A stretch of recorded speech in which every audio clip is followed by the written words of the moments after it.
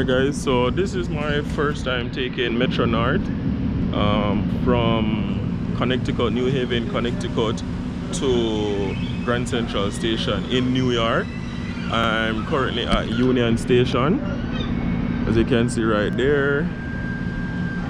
So I'm at Union Station, so I am about to go in and go down to the train station. So this is just a view of how you take the Metro North. So I purchased the ticket already and I'm going to go inside. So I'm just going to so I purchased. So as you walk inside, you see the board and all the departures. So you go to all trains from there. So you have the parking, you have restrooms. So I'm gonna go wash my hand in the restroom before I leave. So this is just a tour of the restroom. And there's Big Billy Me.